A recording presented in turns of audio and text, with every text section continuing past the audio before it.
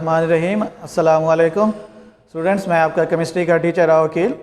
Students, आज हम दो टॉपिक डिस्कस करेंगे, जिसमें हमारा पहला टॉपिक जो है वो एक्सरसाइज का लॉन्ग क्वेश्चन नंबर 1 है, explain reversible reaction with the help of an example and graph.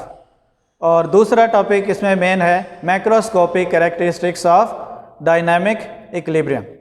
तो आइए हम शुरू करते हैं हमारा पहला टॉपिक, जिसमें हम डिस्कस करेंगे एक्सरसाइज का long question number 1, explain reversible reaction with the help of suitable example and graph. तो बेटा, आप पहले लेक्चर में ये जान चुके हैं कि रिवर्सिबल रिएक्शन के दो हिस्से होते हैं, फॉरवर्ड और रिवर्स। तो फॉरवर्ड रिएक्शन में रिएक्टेंट्स प्रोडक्ट में तब्दील होते हैं और रिवर्स रिएक्शन के अंदर प्रोडक्ट्स दोबारा रिकम्बाइन करके रिएक्टेंट्स में तब्दील हुआ करते हैं।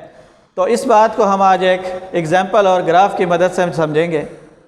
तो बेटा, एक बात इसमें जो याद रखने की वो ये है कि जैसे पहले भी मैंने फर्स्ट लेक्चर में भी आपको बताया था कि रिवर्सिबल रिएक्शन कभी भी रुकता नहीं है। इसमें पहले रिएक्टेंट प्रोडक्ट में तब्दील होते हैं, उसके बाद प्रोडक्ट दोबारा से रिएक्टेंट में तब्दील होते हैं। तो शुरू में रिएक्टेंट प्रोडक्ट में तब्दील होते हैं, बहुत तेज़ी से रिएक्शन शुरू होता है। फिर जैसे, क्योंकि प्रोडक्ट उस वक्त नहीं होते, फिर जैसे ही प्रोडक्ट बन जाते हैं तो प्रोडक्ट दोबारा रिएक्टेंट में तब्दील होना शुरू हो जाते हैं। तो इस तरह से फॉरवर्ड रिएक्शन स्लो डाउन होने लग जाता है, रिवर्स रिएक्शन जो है वो स्पीड अप होना शुरू हो जाता है। तो लिहाजा इस टॉपिक को हम शुरू इसी तरह से करते हैं कि जब इरिवर्सिबल रिएक्शन हो रहे होते हैं तो उनके अंदर रिएक्शन जो है वो स्टॉप नहीं होता, कि यानी रिएक्शन जो है स्टॉप नहीं होता है ऐसे रिएक्शंस के अंदर, और यानी रुकने से पहले ही इक्विलिब्रियम जो है वो इस्टेब्लिश हो जाता है। कि जैसे मैंने पहले बोला कि सब बहुत तेज़ी से फॉरवर्ड रिएक्शन शुरू होगा और रिएक्टेंट जो है वो प्रोडक्ट में तब्दील होंगे। जैसे यहाँ पे मैंने शो किया है कि हाइड्रोजन और आयोडीन को हम रिएक्ट कराते हैं सॉरी, तो बड़ी तेज़ी से रिएक्शन शुरू होगा, हाइड्रोजन आयोडाइड बनना शुरू हो जाएगा। लेकिन चूँकि रिएक्शन के स्टार्ट में अभी प्रोडक्ट जो है उनका वजूद नहीं होता, तो बड़ी तेज़ी से रिएक्शन शुरू होता है। लेकिन जैसे ही हाइड्रोजन आयोडाइड बन जाता है, ये फौरी तौर पर डीकम्पोज होकर या रिकम्बाइन होकर हाइड्रोजन और आयोडीन में तब्दील होना शुरू हो जाता है। तो ये रिएक्शन जो है जो बड़ी तेज़ी से शुरू हुआ था, अब उसकी स्पीड जो है वो जो फॉरवर्ड रिएक्शन की है वो आहिस्ता आहिस्ता स्लो डाउन होना शुरू हो जाती है। और प्रोडक्ट से रिएक्टेंट बनने का अमल, जिसे हम रिवर्स रिएक्शन कहते हैं, ये वाला हिस्सा जो है, ये वाला reaction Aahista Aahista speed up होना शुरू हो जाता है। फिर एक वक्त ऐसा आता है कि रिएक्टेंट यानी रेट ऑफ फॉरवर्ड रिएक्शन और रेट ऑफ रिवर्स रिएक्शन जो है वो बराबर हो जाते हैं। तो इस स्टेट को हम कहते हैं इक्विलिब्रियम इस्टेब्लिश हो जाता है। तो इसी चीज़ को हम ग्राफ से शो करेंगे। तो ग्राफ का जो नीचे वाला एक्सेस है, इसके ऊपर हम टाइम शो करते हैं। ये हमने मिनट्स के अंदर शो करना होता है, 10 मिनट, 20, 30, 40, 50, 60, 70। और इसी तरह से इसका जो वर्टिकल कंपोनेंट है, यहाँ पे हम रेट ऑफ रिएक्शन शो करते हैं। तो बेटा, जैसे मैंने आपको स्टार्ट में बताया है कि फॉरवर्ड रिएक्शन बहुत तेज़ी से शुरू होता है बड़ा। तो देखें, हमने फॉरवर्ड रिएक्शन की जो कर्व है वो पीक से शुरू की है, कि स्टार्ट में उसका रेट जो है वो बहुत ज़्यादा वेरी फास्ट था, फिर आहिस्ता आहिस्ता स्लो डाउन होने शुरू हो गया। इसी तरह रिवर्स को हमने ज़ीरो से शुरू किया कि रिवर्स रिएक्शन जो है उसका वजूद नहीं था, क्योंकि प्रोडक्ट नहीं थे।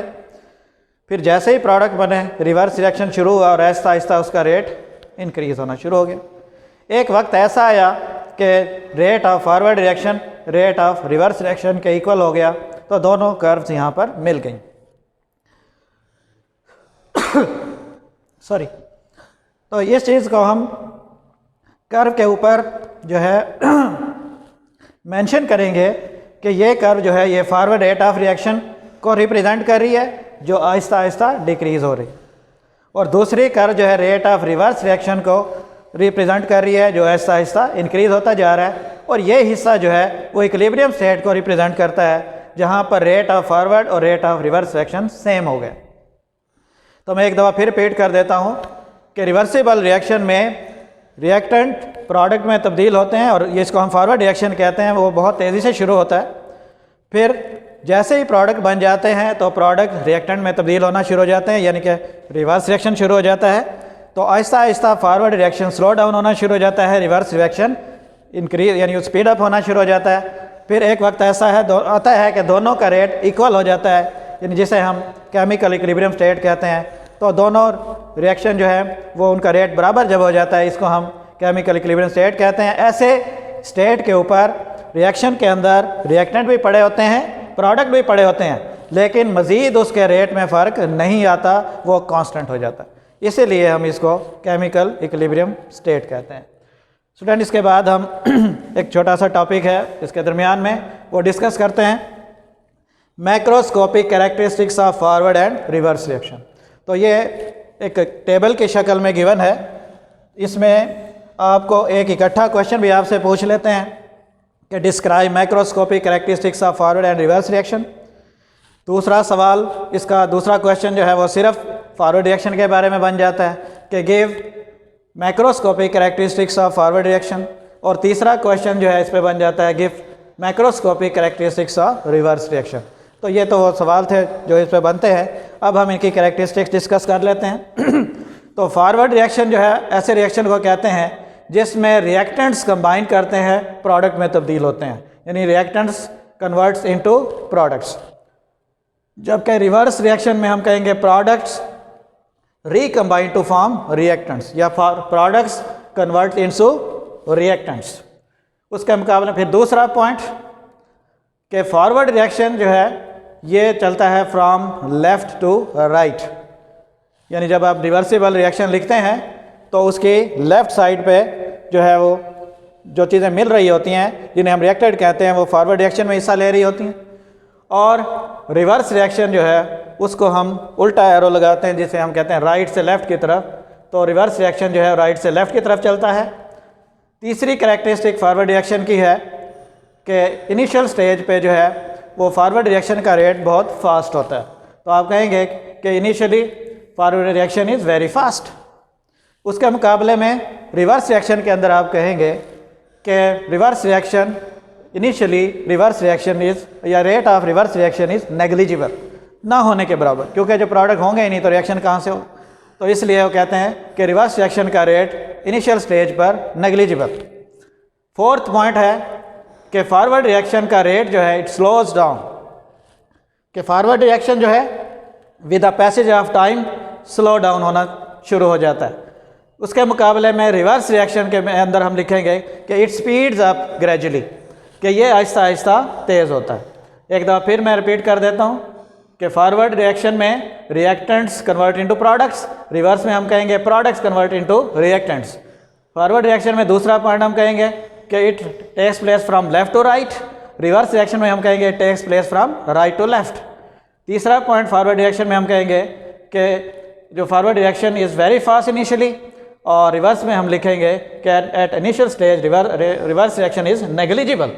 चौथा पॉइंट हम लिखेंगे forward reaction slows down gradually, और रिवर्स रिएक्शन में हम लिखेंगे reverse reaction speeds up gradually. Student, इसके बाद हम अपना दूसरा टॉपिक जो है वो उसकी तरफ आते हैं, मेन टॉपिक की तरफ, जो कि है macroscopic characteristics of dynamic equilibrium.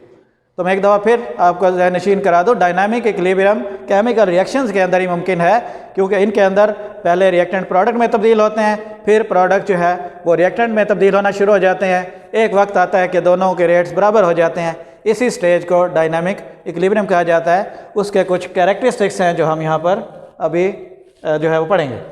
इनका पहला कैरेक्टर ये होता है कि जो डायनामिक इक्विलिब्रियम है it is achievable only in a closed system, कि डायनामिक इक्विलिब्रियम हमेशा क्लोज सिस्टम में होगा। जैसे मैंने आपको फर्स्ट लेक्चर में बताया था कि कैल्शियम कार्बोनेट को अगर हम ओपन फ्लास्क के अंदर हीट करेंगे तो कार्बन डाइऑक्साइड एस्केप कर जाता है, तो फिर उसमें रिवर्स रिएक्शन जो है वो पॉसिबल नहीं होता। लेकिन यही रिएक्शन जब हम क्लोज सिस्टम में करते हैं तो कोई भी चीज़ जो है वो स्केप नहीं करती, रिएक्शन मिक्सचर के अंदर ना कुछ एंटर होती है ना लीव करती है, लिहाजा वो रिएक्टेंट और प्रोडक्ट जो है वो दोबारा से मिलते हैं और रिएक्टेंट में तब्दील होना, यानी जो प्रोडक्ट के कंपोनेंट हैं दोबारा मिलते हैं और वो रिएक्टेंट में तब्दील होना शुरू हो जाते हैं। लिहाजा पहला पॉइंट है कि dynamic equilibrium is achievable only in a close system, यानी जिसके अंदर हम क्या मजीद क्या लिखेंगे, इन विच नथिंग एंटर्स और लीव द सिस्टम, क्योंकि जिसके अंदर ना कोई चीज़ सिस्टम के अंदर एंटर होती है ना ही उससे बाहर निकलती है। दूसरा पॉइंट है इसका कि at equilibrium reaction does not stop, कि डायनामिक इक्विलिब्रियम की एक बहुत ही इंपॉर्टेंट कैरेक्टरिस्टिक है कि ये कभी भी रुकता नहीं है। इसमें इक्विलिब्रियम स्टेट जो है वो आ जाती है rate of forward reaction rate of reverse reaction के इक्वल हो जाता है। इक्विलिब्रियम स्टेट पे रिएक्शन बज़ाहिर ऐसा लगता है रुके है, लेकिन हम केमिकली ये कहेंगे कि रिएक्शन रुकता नहीं है, दोनों तरह के reaction side by side equal rate के साथ चल रहे होते हैं, कि जिस स्पीड से रिएक्टेंट प्रोडक्ट में तब्दील हो रहा है उसी स्पीड से प्रोडक्ट दोबारा रिएक्टेंट में तब्दील हो रहा है। लिहाजा दूसरा पॉइंट है कि at equilibrium reaction does not stop, only the rate of forward reaction becomes equal to the rate of reverse reaction. इसका तीसरा पॉइंट है कि at equilibrium state amount of reactants और and products do not change. जैसे मैंने पहले कहा कि ये जब इक्विलिब्रियम इस्टेब्लिश होता है तो रिएक्शन में मज़ीद तब्दीली आना बंद हो जाती है, तो लिहाजा जब इक्विलिब्रियम स्टेट आती है तो जितने रिएक्टेंट उसमें आप पड़े हैं वो उतनी उनकी क्वांटिटी रहेगी, जितने प्रोडक्ट बन चुके हैं उनकी क्वांटिटी भी कांस्टेंट हो जाएगी, मज़ीद उसमें तब्दीली नहीं आएगी। बल्कि यूँ इस हद तक हम कहते हैं कि फ़िज़िकल स्टेट जो है वो भी तब्दील नहीं होते, even physical state does not change. मिसाल के तौर पर कलर और उसके जो स्मेल वगैरह है, डेंसिटी वगैरह है, वो भी चेंज नहीं होती, यानी जो कलर आ गया सो आ गया, मज़ीद उसमें कोई चेंज नहीं होगा, जो डेंसिटी हो गई सो हो गई, मज़ीद उसमें कोई तब्दीली नहीं आएगी। इसका पॉइंट नंबर 4 है कि equilibrium state is attainable from either way. Either का मतलब होता है दोनों तरफ से। ये मैंने पहले लेक्चर में भी आपको एक्सप्लेन किया कि हम रिवर्सिबल रिएक्शंस को रिएक्टेंट से भी शुरू कर सकते हैं, जैसे मैंने कहा था कि हम हाइड्रोजन और आयोडीन को मिलाकर भी हाइड्रोजन आयोडाइड बना सकते हैं। फिर यानी हाइड्रोजन और आयोडीन बड़ी तेज़ी से मिलना शुरू होंगे और कलरलेस हाइड्रोजन आयोडाइड बनेगा।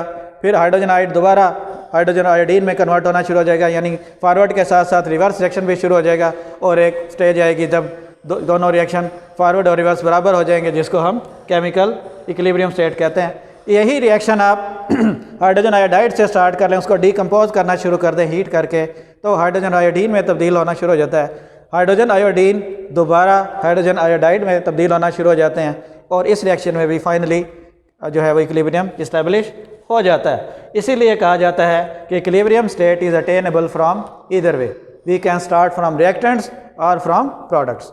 हम चाहे रिएक्टेंट से रिएक्शन शुरू करें, चाहे हम प्रोडक्ट से शुरू करें, फाइनली केमिकल इक्विलिब्रियम स्टेट आएगा ही आएगा। इसका पॉइंट नंबर 5 है कि equilibrium state can be disturbed and again can be achieved by changing the conditions of concentration, temperature and pressure. कि एक दफ़ा किसी रिएक्शन के अंदर इक्विलिब्रियम इस्टेब्लिश हो गया है, तो अगर हम इन तीन में से जो मैंने बोला है कंसंट्रेशन, टेम्परेचर या प्रेशर, इन तीन में से किसी कंडीशन को डिस्टर्ब कर देंगे तो रिएक्शन दोबारा से डिस्टर्ब हो जाएगा, वो चल पड़ेगा, और फिर जो नई सूरत हाल हमने पैदा कर दी है उसके अंदर जो है वो दोबारा से इक्विलिब्रियम इस्टेब्लिश हो जाएगा। मिसाल के तौर पे मैं कह रहा हूँ कि एक रिएक्शन हो रहा था, इक्विलिब्रियम में आ गया, हम उसमें कंसंट्रेशन को चेंज करते हैं। कंसंट्रेशन दो तरह से चेंज की जा सकती है कि या तो आप रिएक्टेंट और डाल दें या प्रोडक्ट निकाल लें, तो ऐसा करने से रिएक्शन फिर शुरू हो जाएगा, लेकिन कि एक और स्टेज पर जाकर फिर इक्विलिब्रियम इस्टेब्लिश हो जाएगा। इसी तरह दूसरी जो कंडीशन है टेम्परेचर है कि आप टेम्परेचर इंक्रीज़ कर दें या डिक्रीज़ कर दें तो रिएक्शन फिर से चल पड़ता है और उस नए टेम्परेचर के ऊपर, लेकिन उस नए टेम्परेचर पर फिर एक स्टेज आती है जब दोबारा से इक्विलिब्रियम आ जाता है। इसी तरह से जो तीसरी मैंने कंडीशन बोली है प्रेशर की, कि प्रेशर तब्दील करने से भी रिएक्शन का जो इक्विलिब्रियम है वो डिस्टर्ब हो जाता है, वो दोबारा से चल पड़ता है और फिर नए हालात में ख़ास स्टेज पर जाकर दोबारा इक्विलिब्रियम आ जाता है। तो इस तरह से मैं जो है वो इसकी कैरेक्टरिस्टिक तो कंप्लीट होती हैं, लेकिन मैं एक दफ़ा फिर रिपीट कर देता हूँ कि पहले कैरेक्टरिस्टिक है कि dynamic equilibrium achievable only a close system, के बंद होने वाले यानी बंद सिस्टम में ही हो सकता है। दूसरा यह है कि रिएक्शन रुकता नहीं है, इक्विलिब्रियम पे रेट बराबर हो जाते हैं। तो स्टूडेंट हो सकता है आपको समझ आ गई होगी। अगर कोई मज़ीद क्वेश्चन करना हो तो व्हाट्सएप ग्रुप में मुझे कॉल कर सकते हैं। थैंक यू, अल्लाह हाफिज़।